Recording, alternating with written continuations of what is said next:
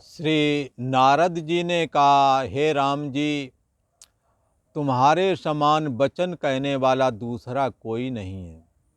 हमने देवों से, बहुत से ऋषियों से ऐसे वचन सुने हैं जो बोध को उत्पन्न करने हारे हैं, परंतु तुम्होंने जैसा कहा ऐसा कोई न कह सका। हे राम जी, पूर्व काल में एक घटना घटित हुई थी। इस विषय को विश्वामित्र जी से सुनो।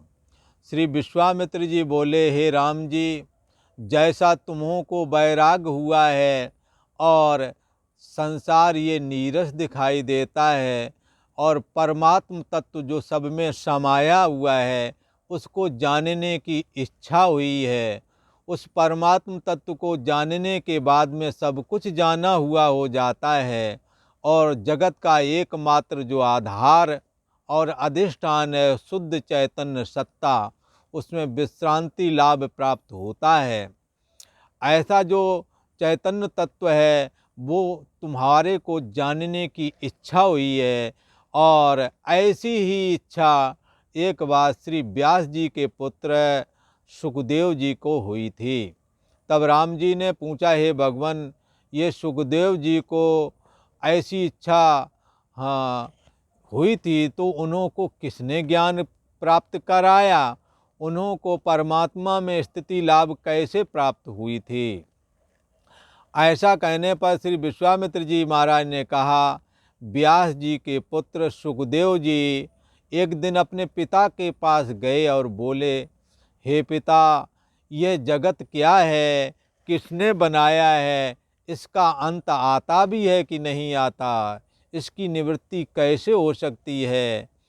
तब श्री व्यास जी ने देखा कि हमारा पुत्र जिज्ञासा लेकर के आए, तो उन्होंने कहा कि हे पुत्र, ये जगत मन से बना हुआ है और मन जब बहिर्मुख होता है तो देह और जगत के रूप में वैसे ही दिखने लगता है जैसे स्वप्न अवस्था में देह और जगत दिखता है, परंतु जब मन फुरना से रहित होता है तो अपने मूल तत्व चैतन्य सत्ता में विश्रांति पा जाता है।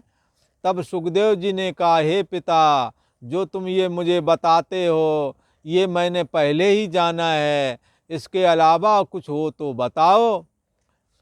तब व्यास जी ने मन में सोचा, ये हमारा पुत्र है, हम जानने योग तत्व का सीधा सीधा ही निरूपण कर रहे हैं परंतु ये पकड़ नहीं रहे।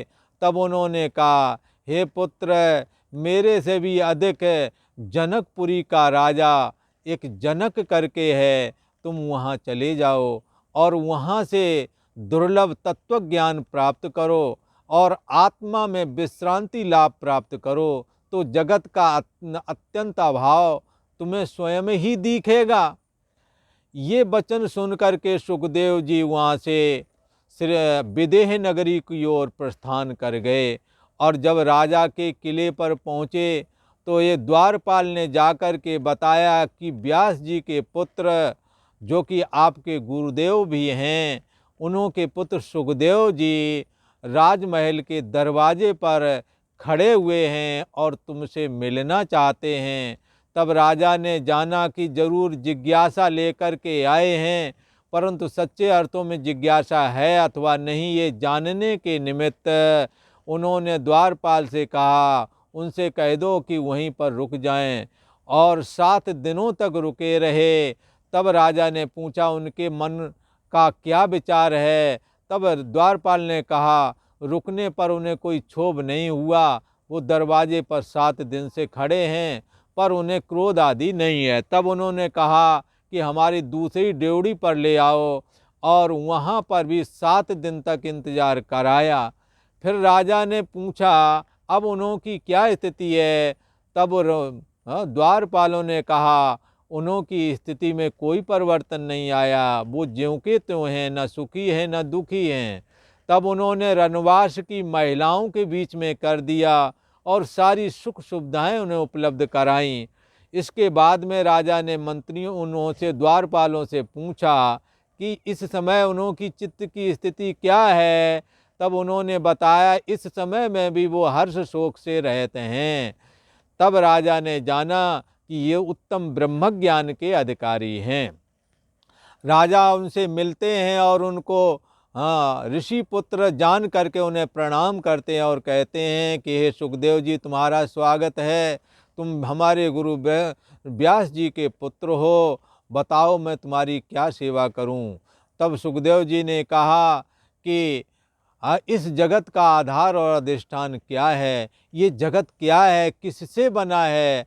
तब श्री जनक जी ने भी वही उपदेश किया जो श्री व्यास जी ने किया था कि ये सारा जगत मन के फुरने से खड़ा होता है। जब मन लीन हो जाता है तो सुषुप्ति अवस्था में जगत का अभाव हो जाता है।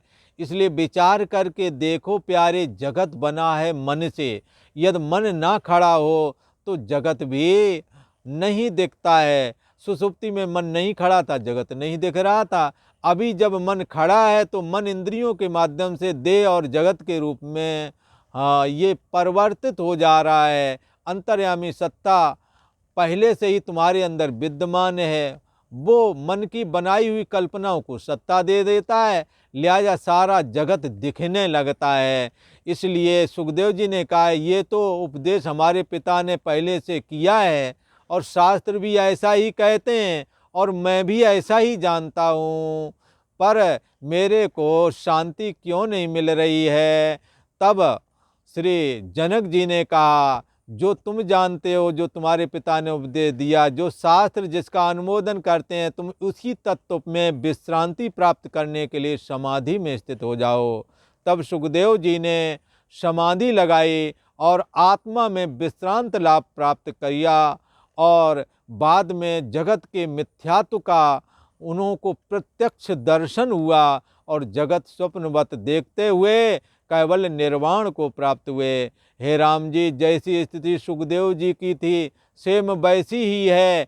आपको कुछ करना नहीं है, आप जानने योग सब वस्तुएं, सब पद पदार्थ जानने योग तत्व जानते हैं, केवल विश्रांति लाभ प्राप्त करना है। सो हे राम जी, ये ब्रह्मा जी के पुत्र श्री वशिष्ठ जी महाराज तुमको आत्मा में विश्रांति लाभ प्राप्त कराएंगे, जिससे तुम स्वयं ही इस जगत के अत्यंत अभाव को देखोगे।